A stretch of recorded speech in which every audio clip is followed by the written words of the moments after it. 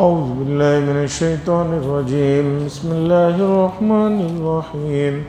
قيل يا نوح اهبط بسلام منا وبركات عليك وعلى أمم ممن معك وأمم سنمتعهم ثم يمسهم منا عذاب أليم. تلك من أنباء الغيب نوحيها إليك ما كنت تعلمها أنت ولا قومك من قبل هذا فاصبر إن العاقبة للمتقين. وإلى عاد أخاهم هودا قال يا قوم اعبدوا الله ما لكم من إله غيره إن أنتم إلا مفترون. يا قوم لا أسألكم عليه أجرا إن أجري إلا على الذي فطرني أفلا تعقلون.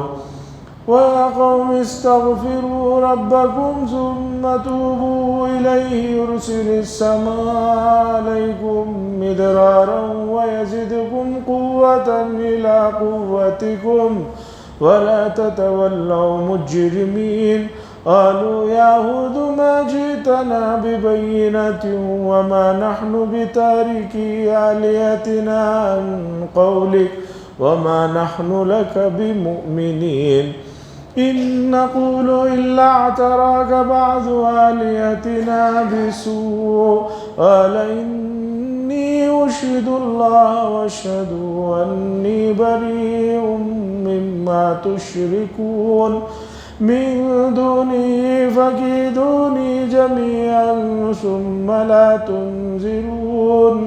إني توكلت على الله ربي وربكم ما من دابة إلا هو آخذ بناصيتها إن ربي على صراط مستقيم.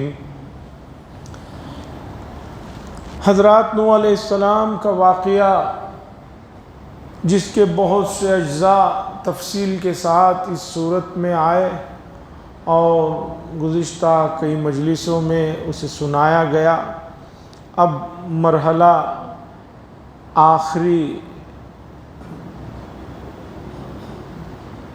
وقت کا ہے جس میں حضرت نوح علیہ السلام کی کشتی جتنا عرصہ رہی پانی میں رہی، اس کے بعد ایک جگہ جودی پہاڑ کے پاس جا کر رک گئی. وہ پہاڑ موجودہ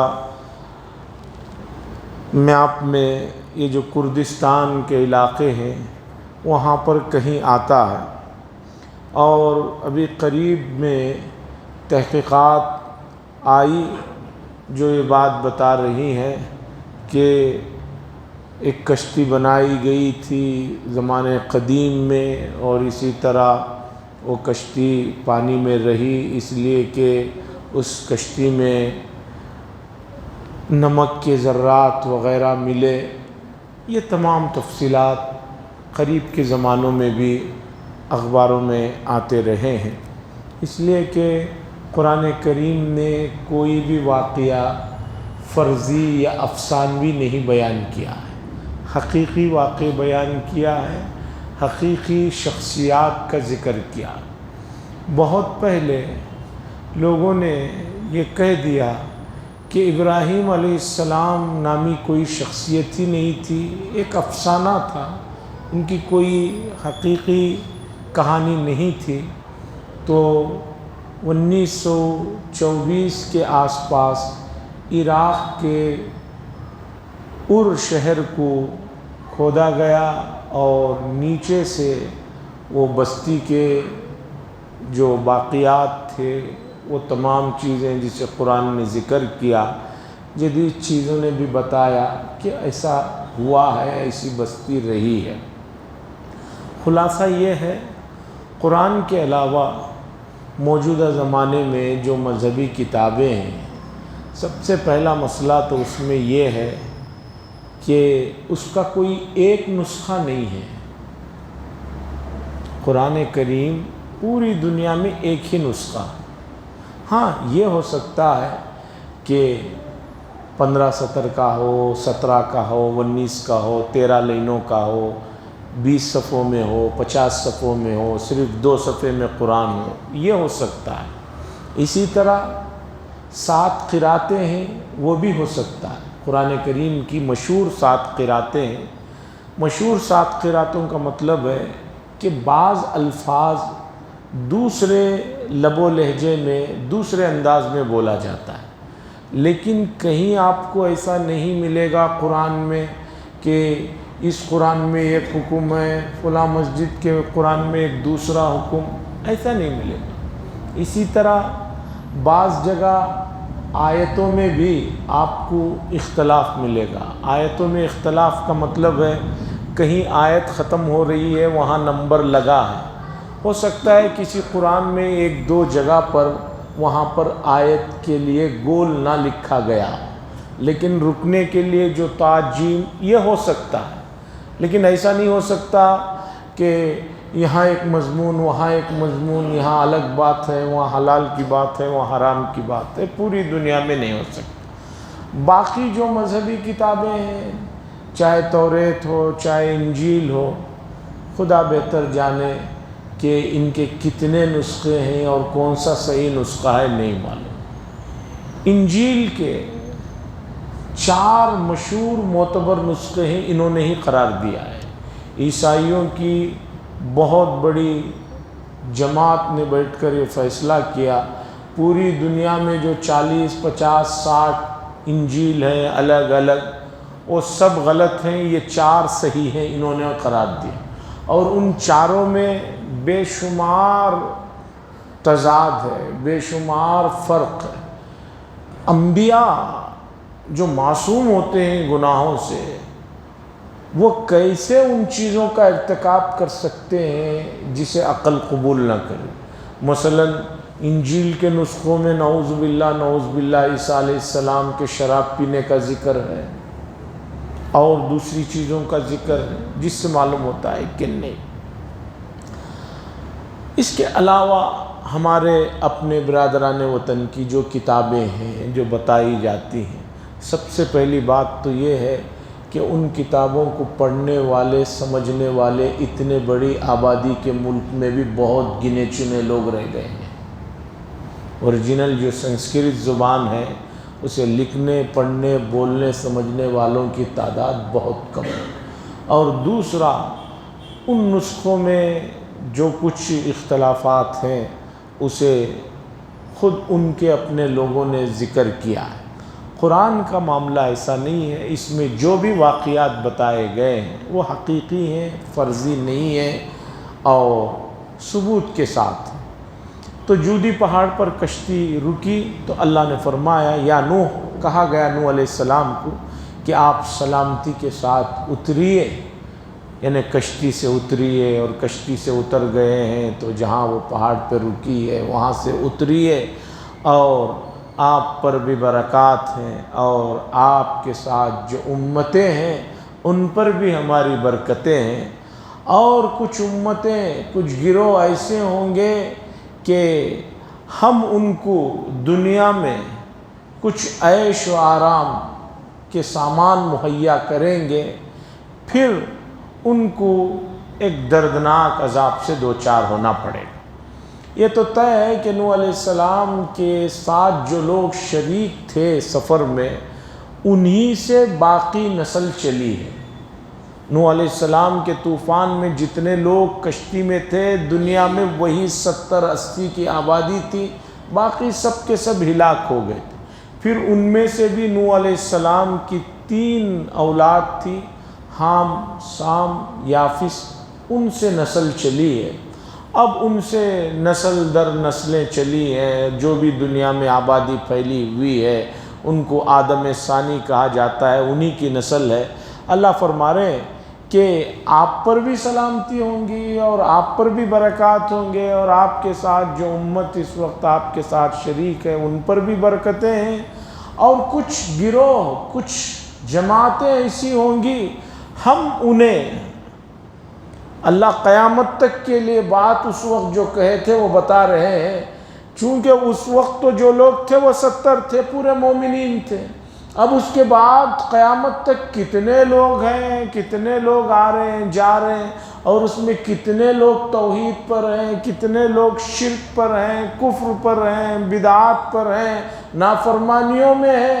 تو اللہ نے کہا کہ آپ کے بعد بھی کچھ قومیں آئیں گی، ہم انہیں دنیا میں آرام اور ان کے لیے بہت کچھ دیں گے۔ دنیا میں انہیں عیش و آرام دینے کا مطلب یہ نہیں ہے کہ وہ کامیاب ہیں، ان کے لیے کوئی مسئلہ نہیں۔ وہ امم سنمتعہم، اور کچھ گروہ ایسے ہوں گے کہ وہ فائدہ اٹھائیں گے، لذتیں اٹھائیں گے، مزہ کریں گے، پھر ان کو جو ہے ایک دردناک عذاب جو ہے چھو لے گا، یعنی کفر اور شرک میں مرنے کی وجہ سے ان کو سخت عذاب سے جو ہے دوچار ہونا پڑے گا۔ اب یہ نوح علیہ السلام کا واقعہ یہاں ختم ہو رہا ہے، اور چونکہ قرآن کا مقصد کوئی قصہ کہانی سنانا تو ہے نہیں کہ ٹائم پاس کے لیے قصے کہانی سنائی جا رہے، اس پورے قصے سے کیا اصل چیز اخذ کرنا ہے، آخر کے یعنی 2 آیتیں جو رکوع ہو رہا ہے، رکوع سے پہلے وہ بات اللہ بتا رہے ہیں، اے نبی صلی اللہ علیہ وسلم اور مکے کے لوگوں سن لیجئے، یہ جو خبریں ہم آپ کو دے رہے ہیں، نوح علیہ السلام کی جو خبر دے رہے ہیں، یہ خبر نہ آپ اسے جانتے تھے اور نہ آپ کی قوم جانتی تھی۔ نوح علیہ السلام کا واقعہ کتنے ہزار سال پہلے پیش آیا، اور اس کی کوئی دستاویزات کسی کے پاس، مکے والوں کے پاس نہیں تھی، اور اے نبی آپ بھی نہیں جانتے تھے اس واقعے کو۔ ہم نے وحی کے ذریعے سے آپ پر یہ باتیں اور یہ قصہ سنایا۔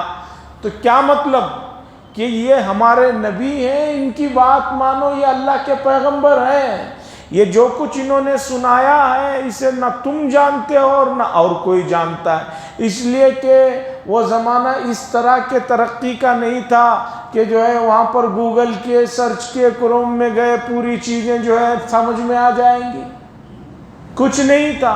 مکہ المکرمہ میں کل 17 آدمی تھے جو لکھنا پڑھنا جانتے تھے،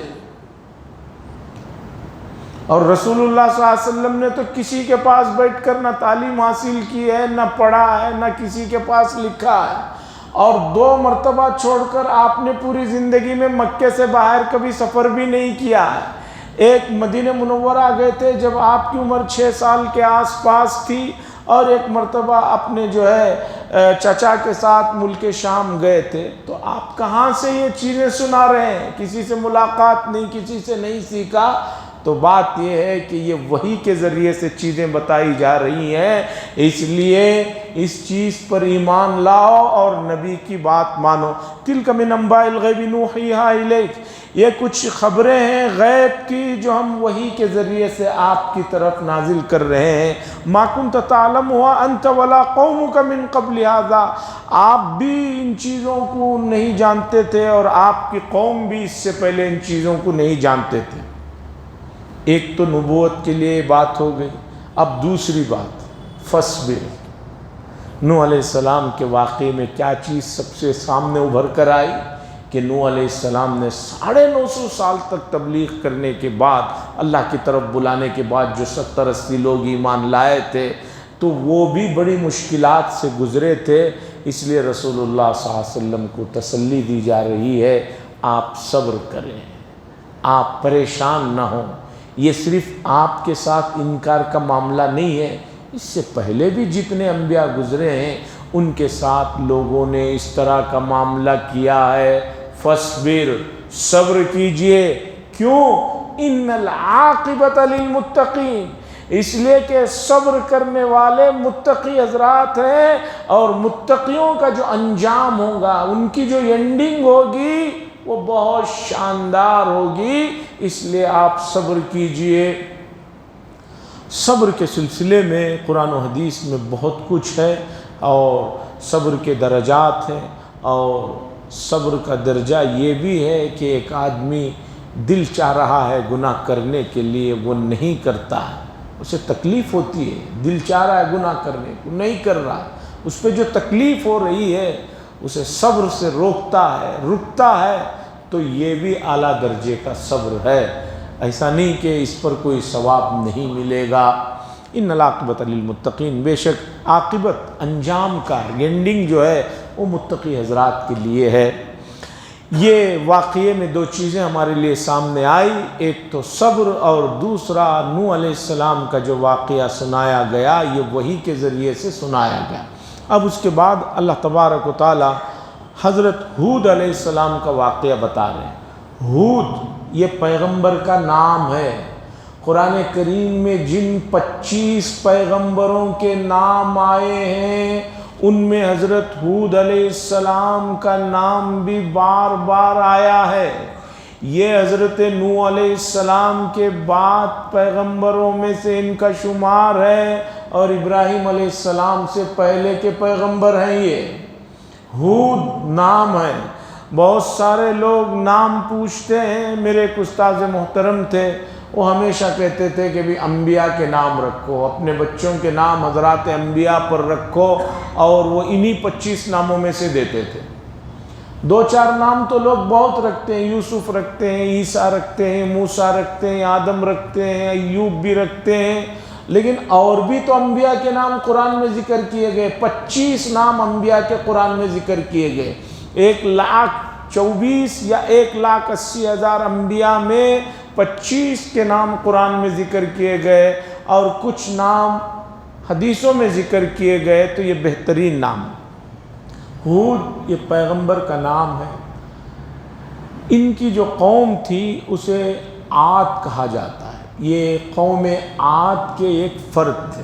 عاد قبیلے کا نام ہے، اور ماہرین مانتے ہیں کہ عاد عرب کا قدیم ترین قبیلہ ہے۔ عرب کا قدیم ترین قبیلہ ہے، عاد قبیلے کا نام ہے۔ اس کے ایک فرد ہیں حضرت ہود علیہ السلام۔ اللہ نے ان کو نبی بنا کر ان کی طرف بھیجا۔ یہ جو قوم تھی، قوم عاد جو تھی، قرآن نے بتایا کہ یہ کافی تندرست، ڈیل ڈول والی اور اچھے خاصے اونچے تندرست لوگ تھے۔ تو اس قوم نے بھی آہستہ آہستہ بت پرستی آنی شروع ہو گئی، اور بت پرستی کا مسئلہ ایسا ہے کہ یہ بہت جلد جو ہے جڑ پکڑنے لگتا ہے۔ انسان عموماً محسوسات کی طرف بھاگتا ہے۔ ایک چیز اسے نظر آ رہی ہے، ایک چیز نظر نہیں آ رہی ہے۔ جو چیز اسے حواس سے خمسہ، آنکھ ہے، ہاتھ ہے، لمس ہے، اس سے جو چیز نظر آتی ہے اس کی طرف جو ہے وہ جلدی لپکتا ہے۔ تو ان میں بھی بت پرستی شروع ہو گئی۔ تو حضرت ہود علیہ السلام نے لوگوں کو سمجھایا، تو انہوں نے 2 باتیں کہی۔ ہود علیہ السلام کی قوم نے حضرت ہود علیہ السلام سے 2 باتیں کہی، جسے قرآن نے ذکر کیا، جو اہم باتیں۔ پہلی بات تو ان لوگوں نے کہا کہ اے ہود، آپ تو ہمارے پاس کوئی اپنی نبی ہونے کی بڑی نشانی لے کر نہیں آئے ہیں، کوئی نشانی لے کر آؤ۔ یہ بات ان لوگوں کی غلط ہے کہ نبی کوئی نشانی کے بغیر آئے، کوئی معجزے کے بغیر آئے، ایسا نہیں ہو سکتا۔ لیکن آدمی کو جب بات نہیں ماننی ہوتی تو کوئی نہ کوئی تو بہانہ کرنا پڑتا ہے۔ تو ایک تو انہوں نے یہ بات کہی۔ دوسری بات انہوں نے ایک بڑی عجیب بےہودہ بات کہی، اور میں سمجھتا ہوں کسی نہ کسی شکل میں وہ بات ابھی بھی پائی جاتی ہے پوری دنیا میں۔ انہوں نے یہ کہا کہ اے ہود، آپ جو یہ ہمارے بتوں کو چھوڑ کر ایک اللہ کی عبادت کرنے کے لیے جو کہہ رہے ہیں، یہ دراصل آپ کو کچھ ہو گیا ہے، آپ کا دماغ کچھ ہو گیا ہے۔ اور یہ کیوں ہوا ہے؟ وہ اس لیے ہوا ہے کہ ہمارے بتوں کو آپ برا بھلا کہتے ہیں، تو ہمارے بتوں کی مار تم پر پڑی ہے، ہمارے بتوں نے تمہیں جو ہے جھپکا دے دیا ہے، جس کی وجہ سے آپ ہمارے بتوں کو برا بھلا کہہ رہے ہو۔ یعنی عقل آپ کی کام نہیں کر رہی ہے، نہ کرنے کی وجہ ہمارے بتوں کا آپ کے اوپر جو ہے مار پڑی ہوئی ہے۔ ایک نبی پر ایک ایسی مخلوق کی مار پڑے جو نہ سن سکتے ہیں، نہ کچھ کھا سکتے ہیں، نہ پی سکتے ہیں، پتھر کی مورتیاں نہ کچھ کھا سکتی ہیں نہ پی سکتی ہیں، وہ کیسے ان کو پکڑ سکتی ہے، جھپکا دے سکتی ہے؟ موجودہ زمانے میں بھی بہت سے لوگ ہیں جو یہ کہتے ہیں کہ بھئی ان کو یہ جو مصیبت آ رہی ہے اس کی وجہ یہ ہے کہ انہوں نے وہ کر دیا، انہوں نے یہ کر دیا۔ اس کی کوئی حقیقت نہیں ہے۔ نفع نقصان کے مالک یہ ذات صرف اللہ تبارک و تعالیٰ کی ہے، اور آدمی کو اپنے تمام معاملات اللہ ہی کی طرف جو ہے محول کرنا چاہیے، چھوڑنا چاہیے، بھروسہ کرنا چاہیے۔ آزمائشیں آتی ہیں اور آزمائشوں کے بغیر زندگی نہیں ہے۔ کائنات کا جو فطری نظام ہے امت اسے سمجھ نہیں رہی ہے۔ اس کائنات کا جو فطری نیچرل جو نظام ہے وہ ہے آدمی کا محنت، جدوجہد، کوشش کرنا۔ امت محنت کرنے کے لیے تیار نہیں ہے۔ امت کو آرام ہی آرام چاہیے۔ امت جو ہے جدوجہد کرنے کی عادی نہیں رہی۔ یہ صرف آرام کرنا چاہتے ہیں، سونا چاہتے ہیں، کھانا پینا چاہتے ہیں، عیش و آرام کرنا چاہتے ہیں، محنت کرنا نہیں چاہتے۔ محنت نہیں کریں گے تو آپ قارون کا خزانہ بھی آپ کے پاس ہو تو آپ کو کچھ وہ فائدہ نہیں دے گا۔ محنت تو کرنی پڑے گی۔ تو امت محنت سے پیچھے ہٹ رہی ہے اور سب چیزیں جو ہے دوسرے پر ڈال دیں۔ بھئی امتحان میں پاس نہیں ہوئے، کیوں نہیں ہوئے؟ نہیں بھئی وہ تعصب سے کام لیا گیا، فلاں چیز سے کام لیا گیا۔ ارے آپ نے محنت کتنی کی؟ آپ کی حاضری کالج میں کتنی ہے؟ حاضری تو ہے نہیں، اور جاتے ہیں تو جو ہے وہاں بیٹھ کر توجہ سے نہیں سنتے، کالج کی تعلیم پر توجہ سے نہیں سنتے، اور امتحان کے لیے آپ جو ہے ذہنی طور پر تیاری نہیں ہوتے۔ میں اسٹوڈنٹس کے ساتھ اٹھنا بیٹھنا ہوتا ہے تو میں پوچھتا ہوں کہ بھئی اس بار کتنے کے لیے تیاری کی ہے؟ مثلاً 6 سبجیکٹ رہتے ہیں، پچھلے 2-4 بیک رہتے ہیں، تو کہتے ہیں کہ حضرت ٹوٹل 8 ہیں، 5 میں پاس ہونے کا ارادہ ہے، 5 کی تیاری کریں۔ پہلے سے طے کر لیا ہے کہ 3 کے لیے نہیں کرنا۔ اب یہ 5 کو جو محنت کر رہا ہے اس 5 میں یہ 3 میں نکال لیتا ہے، پھر 2 باقی رہ جاتے ہیں۔ پہلے کے 2، اس سے پہلے کے 3، 5 ہو گئے۔ اب پھر آئندہ جو ہے سیمسٹر کے اور ایک 6 یا 4 آ جاتے ہیں، اب 11 ہو جاتے ہیں۔ وہ کہتے ہیں حضرت دعا کرو۔ بھئی کتنے سبجیکٹ؟ 11 ہیں۔ 11 ہیں؟ ہوں حضرت 11 ہیں، 6 کی تیاری کر رہا ہوں۔ میں نے پہلے ہی سے 5 نکال دی۔ بھئی ایک نظام جو بنائے ہیں کالج والے وہ نارمل انسانوں کے لیے بنائے ہیں، آپ اس کی طرح تیاری نہیں کریں گے، پہلے ہی سے آپ 5 سبجیکٹوں کے لیے تیار نہیں ہیں۔ اس کے بعد بولتے نہیں وہ نیا۔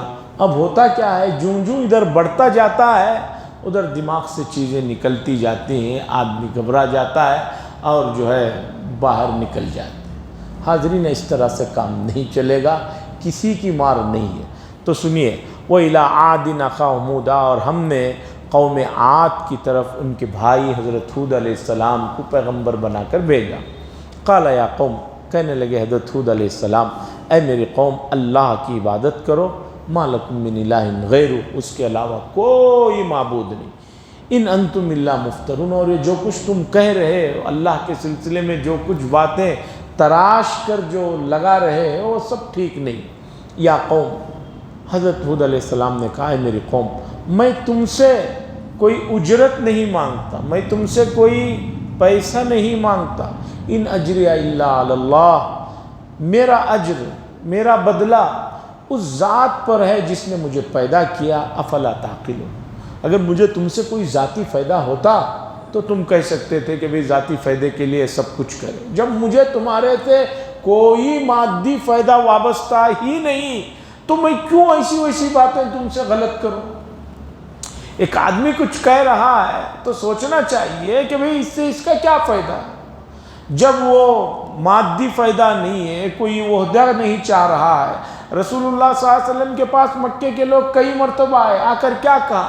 آپ کہیں گے بادشاہ بنا دو، بادشاہ بنا دیں گے۔ آپ کہیں گے فلاں حسین لڑکی سے شادی کرنا چاہتے ہیں، وہ کرا دیں گے۔ آپ کہیں گے اتنا سونا چاندی چاہیے، اتنا دے دیں گے۔ رسول اللہ صلی اللہ علیہ وسلم نے کیا فرمایا کہ بھئی مجھے نہ بادشاہت کی شوق ہے، نہ مجھے کوئی نکاح کا شوق ہے، نہ مجھے کوئی آپ کے مال و دولت سے ہے، مجھے اس لیے میں یہ باتیں نہیں بتا رہا۔ ہاں کوئی آدمی بتا رہا ہے، اس کا ذاتی فائدہ ہے، وہی تب آدمی سوچے کہ بھئی غلط کہہ رہا ہے صحیح کہہ رہا ہے۔ یہاں کوئی ذاتی فائدہ نہیں، پوروں سے ہٹ کر ایک بات کر رہے ہیں تو کوئی تو بات ہے، سوچنا چاہیے۔ افلا تعقلون، کیا تم لوگ عقل سے کام نہیں لیتے؟ وَيَا قَوْمِ اسْتَغْفِرُوا، حضرت ہود علیہ السلام نے کہا اے میری قوم استغفروا ربکم، اللہ سے مغفرت طلب کرو، استغفار کرو، ثم توبوا الیہ، اور اس کی طرف رجوع ہو جاؤ۔ یرسل السماء علیکم مدرارا، وہ تم پر جو ہے آسمان سے جو ہے بارش برسائیں گے۔ وَيَزِدُكُمْ قُوَّةً إِلَىٰ قُوَّتِكُمْ، اور تمہاری طاقت میں اور طاقت کا اضافہ فرمائیں گے۔ استغفار کے بڑے فوائد ہیں، سورہ نوح میں بھی آئے گا، اور رسول اللہ صلی اللہ علیہ وسلم نے فرمایا من لزم الاستغفار، جو آدمی استغفار کو لازم پکڑ لیتا ہے اللہ تبارک و تعالی اس آدمی کو غموں سے نجات عطا فرماتے ہیں، اور رزق ایسی جگہ سے عطا فرماتے ہیں من حیث لا یحتسب، جہاں سے اس کا وہم و گمان بھی نہیں تھا۔ انبیاء نے یہ بات بہت پابندی سے بتائی ہے، اور رسول اللہ صلی اللہ علیہ وسلم نے فرمایا کہ میں روزانہ 70 مرتبہ استغفار کرتا ہوں، تم بھی کرو۔ تو اس لیے استغفار کا اہتمام ہونا چاہیے۔ جو لوگ آج کل بڑے مسائل سے دوچار ہیں، خاص طور پر ذہنی سکون کا جو مسئلہ لوگوں کے لیے ہے، اس کے لیے بہترین علاج ہے کہ آدمی استغفار کو جو ہے لازم پکڑ لے۔ اور استغفار کے مختلف صیغے ہیں، احادیث میں سید الاستغفار ہے، وہ اگر کسی کو یاد نہیں ہے تو اس سے نیچے جو مختصر الفاظ میں ہے استغفر اللہ یا استغفر اللہ الذی لا الہ الا هو الحی القیوم واتوب الیہ۔ اور استغفار عربی میں پڑھ رہے ہیں تو دل میں ندامت کا، شرمندگی کا احساس بھی ہونا چاہیے۔ ایک آدمی طوطے کی طرح ایک چیز رٹ رہا ہے لیکن اس کے مفاہیم پر توجہ نہیں دے گا تو اس کا وہ اثر نہیں ہوگا جو ہونا چاہیے۔ من لزم الاستغفار، حضرت ہود علیہ السلام نے کہا ہے میرے قوم استغفروا ربکم، اپنے رب کی طرف جو ہے استغفار طلب کرو، مغفرت مانگو، اور اسی کی طرف رجوع ہو۔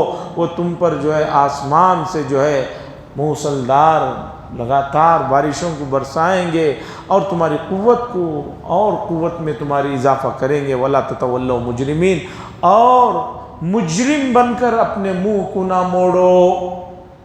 قالو، قوم کہنے لگی یا ہود، اے ہود، ما جئتنا ببینہ، آپ تو ہمارے پاس کوئی واضح نشانی لے کر نہیں آئے۔ نبی کی سب سے بڑی نبوت کی نشانی یہ ہوتی ہے کہ نبی ایسی شخصیت ہوتی ہے جو اسی قوم کا ایک فرد ہوتا ہے، اور سب سے بڑی بات یہ ہوتی ہے کہ اس قوم کا وہ فرد ایسا ہوتا ہے کہ جس کے اندر کسی بھی طرح کا کوئی عیب نہیں ہوتا، جھوٹ کبھی نہیں بولے ہوئے رہتے۔ اور دوسرا، انبیاء ظاہری اعتبار سے بھی اتنے زیادہ مضبوط اور پرفیکٹ ہوتے ہیں کہ نارمل انسان اس طرح کا ہو نہیں سکتا۔ رسول اللہ صلی اللہ علیہ وسلم پر کئی لوگوں نے جو ایمان لایا، باوجود ان کو بہکانے کے لوگوں نے، انہوں نے کہا کہ رسول اللہ صلی اللہ علیہ وسلم کے چہرے کو دیکھنے کے بعد دل نہیں کہتا کہ یہ جھوٹ بول سکتا ہے۔ چہرے میں ہی وہ تاثیر، چہرے کے اندر ہی جو ہے وہ چمک ہے، وہ کشش ہے کہ آدمی جس نے دیکھ لیا بس وہ رسول اللہ صلی اللہ علیہ وسلم کا۔ قاضی ایاز رحمہ اللہ اپنی مشہور کتاب شفا میں ایک واقعہ لکھا ہے، صحابہ کی محبت کی جو انتہا ہے، جو اس کی حد ہے وہ کوئی نہیں سمجھ سکتا۔ قاضی ایاز نے یہ روایت نقل کی، ایک صحابی جن کا نام میں بھول رہا ہوں، مدینہ منورہ میں اپنے کھجور کے باغ میں کچھ کام میں مصروف تھے، پانی وغیرہ کے کام میں۔ یہ وہ زمانہ تھا جب رسول اللہ صلی اللہ علیہ وسلم بیمار تھے، اب مرض الوفات میں، جو آپ کی وفات ہوئی ہے، اس زمانے میں وہ جو بیماری تھے اس میں رسول اللہ صلی اللہ علیہ وسلم چل رہے تھے۔ یہ صحابی کھجوروں کے درختوں کو پانی وغیرہ دے رہے تھے۔ کسی نے آ کر بتایا کہ بہت بڑی قیامت برپا ہے کہ رسول اللہ صلی اللہ علیہ وسلم دنیا سے تشریف فرما چکے۔ وہ صحابی جو کھجور کے درختوں کے باغ میں کچھ کام کر رہے تھے، ان کی محبت کی انتہا دیکھیے، انہوں نے اسی وقت اپنے سر کو آسمان کی طرف اٹھایا اور اللہ سے کہا، اے اللہ، دنیا کی سب سے قیمتی چیز یہ جو آنکھیں ہیں، ان کو اسی لیے اس کی قدر تھی کہ ان سے روزانہ رسول اللہ صلی اللہ علیہ وسلم کا دیدار ہوتا تھا، آپ کو دیکھتا تھا۔ اب جب رسول اللہ صلی اللہ علیہ وسلم ہی اس دنیا میں نہیں رہے تو اب میں ان آنکھوں سے کچھ اور دیکھنا نہیں چاہتا۔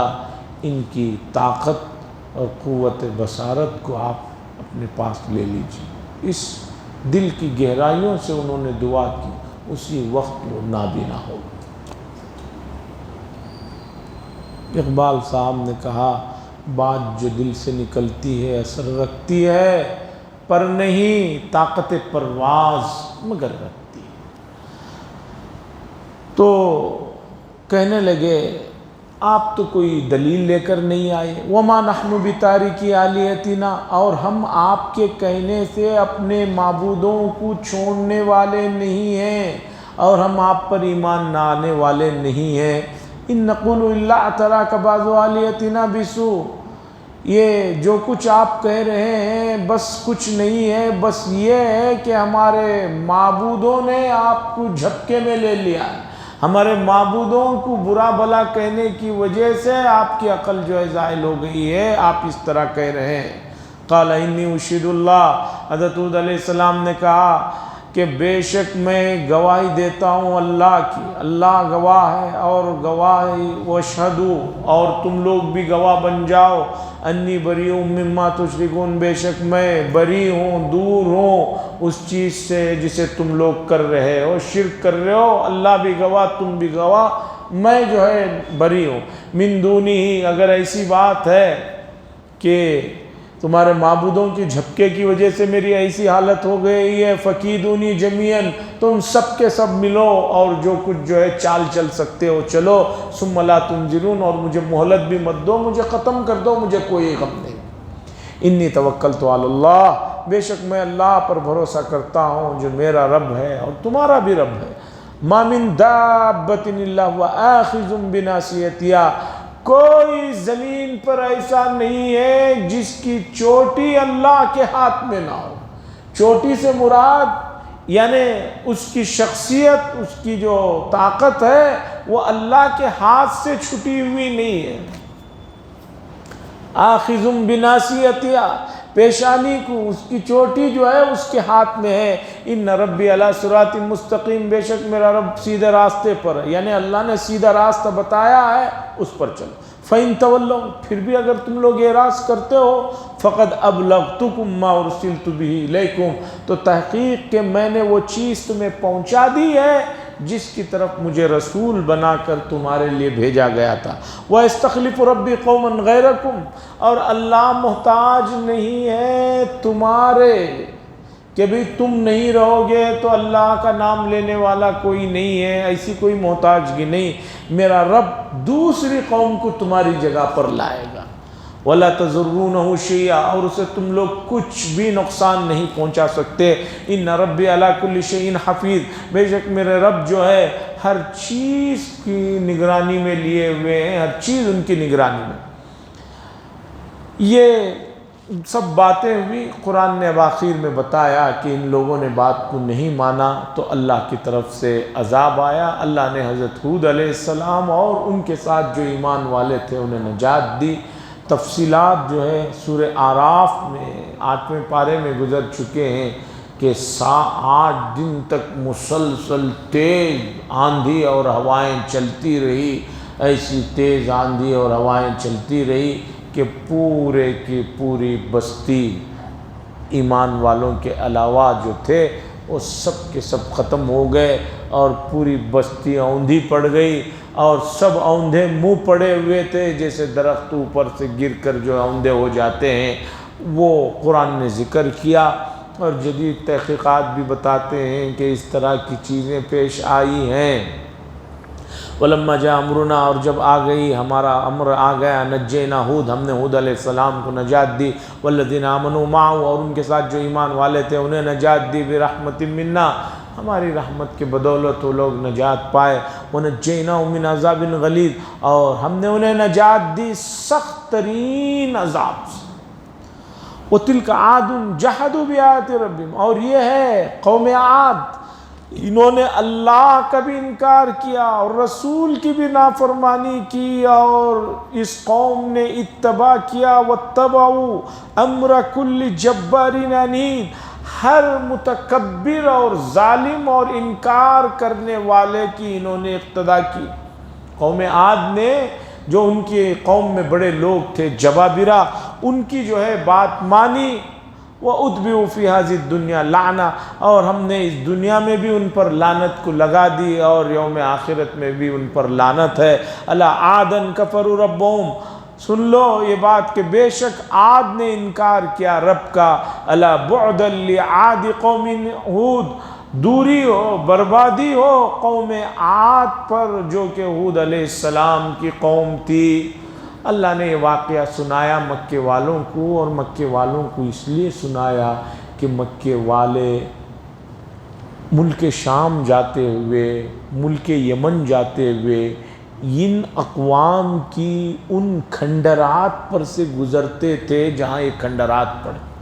مدینہ منورہ مکے سے نکلتے مدینہ جاتے، مدینے سے آگے کا جو راستہ ہے ملک شام کو جانے کے لیے، تبوک سے ہو کر جانے کے لیے، مدین صالح جو بستیاں ہیں، وہ بستیوں پر سے مکے والے گزرتے تھے، ان کھنڈرات پر سے گزرتے تھے۔ اللہ بتا رہے ہیں کہ دیکھو تمہارے سے بھی مضبوط اور تندرست اور سدا بہار لوگ جو اپنے آپ کو کہتے تھے وہ رہتے تھے، لیکن انہوں نے نبیوں کی، رسولوں کی نہیں مانی، تو ان کا جو حشر ہوا، ان کے مقابلے میں تو تم بہت کمزور ہو، بہت کم تعداد میں ہو، اور کچھ بھی نہیں ہے، تو تمہارا کیا ہوگا؟ حاضرین کرام، قرآن نے گھومنے پھرنے کا حکم دیا، اور اس حیثیت سے دیا کہ آدمی دیکھے، عبرت کے نشان کو دیکھے، عبرت کی نگاہ سے دیکھے۔ ہمارے ملک میں آج بھی جو کھنڈرات ہیں، جو تاریخی عمارتیں ہیں، بہت ہیں۔ وہ تاریخی عمارتیں میسور قریب میں ہے، سری رنگا پٹنم کی ہو، یا اسی طرح بیدر ہے، بیجاپور ہے، یہاں جو حکومتیں تھیں ان کی بنائی ہوئی جو عمارتیں بغیر دیکھ بھال کے بھی 300 سال گزرنے کے باوجود بھی ویسی کی ویسی ہی کھڑی ہوئی ہیں۔ بعض تو اس سے بھی قدیم عمارتیں ہیں، کوئی دیکھ بھال نہیں ہے۔ جامع مسجد دلی کی، تاریخی مسجد کی کوئی دیکھ بھال نہیں ہے۔ یہ سب چیزیں ہمیں بتا رہی ہیں کہ اس دنیا کا اللہ کی طرف سے ایک ہی نظام ہے کہ جس آدمی کو اللہ نے طاقت دی، دولت دی، دوسری نعمتیں دی، اگر وہ ان کا حق نہیں ادا کرتا تو پھر وہ چیز ان کے پاس نہیں رہتی۔ اس لیے ہمیں اللہ نے جو کچھ دیا ہے، اپنی طاقت، اپنی حیثیت، اپنی کوشش سے اللہ کی ان نعمتوں کو فائدہ جیسے ہم اٹھا رہے ہیں، دوسروں تک بھی ان نعمتوں کو، اس کے فائدے کو پہنچانا ہماری ذمہ داری ہے۔ آپ کہیں گے میں کیا کر سکتا ہوں؟ بہت کچھ کر سکتے ہیں۔ آپ صبح سے شام تک فون پر غیر غلط چیزیں دوسروں کو پہنچا رہے ہیں، آپ اچھی چیزیں بھی تو پہنچا سکتے ہیں، صحیح بات بھی تو پہنچا سکتے ہیں۔ اسی طریقے پر آپ کو اللہ نے اتنی طاقت صلاحیت دی ہے کہ آپ کے اٹھنے بیٹھنے میں 10-20 افراد ہیں جو آپ کو اہمیت دیتے ہیں، آپ کی بات سنتے ہیں، ان کو کہیں کہ وہ اللہ کی طرف رجوع کریں۔ آپ آ رہے ہیں، 4 آدمیوں کو نماز کو لے کر آئیں، کیا یہ نہیں ہو سکتا؟ آپ واکنگ کے لیے 4 آدمیوں کو لے جا سکتے ہیں، نوجوان کرکٹ کھیلنے کے لیے صبح سے شام تک 4 نوجوانوں کو لے جا سکتے ہیں، اور کوئی غیر غلط کام کے لیے نوجوان ایک دوسرے کو جو ہے لے جا سکتے ہیں۔ تو کیا ایک نوجوان اپنے ان 4 دوستوں کو جو ہے نماز کو نہیں لا سکتا، نماز کو نہیں بول سکتا؟ اگر وہ بولنے کے باوجود نہیں سن رہے تو دوبارہ نہیں بول سکتا، بار بار نہیں بول سکتا؟ اور آپ گھر سے چل رہے ہیں، گھر میں آپ کے افراد ہیں، ان کو لا سکتے ہیں، گھر والوں کو نماز کی تاکید کر سکتے ہیں، روزانہ کسی وقت قرآن کو کھولنے کا سلسلہ جاری کر سکتے ہیں۔ کام تو بہت ہے، لیکن آدمی سوچتا ہے کہ بھئی میں کچھ نہیں کر سکتا، میں تو ٹھیک ہوں، میں نماز پڑھ لے رہا ہوں، میں اپنا کام کر لے رہا ہوں۔ اتنا آدمی کو اپنے آپ تک اگر محدود رکھے گا تو پھر اللہ کے پیغام کو کون پہنچائے گا؟ غلطی آپ بھی کر رہے ہیں، ہو سکتا ہے کوئی 2 غلطی کر رہا، آپ 1 غلطی کر رہے ہیں۔ غلطی تو غلطی ہے، چاہے 1 کریں چاہے 2 کریں۔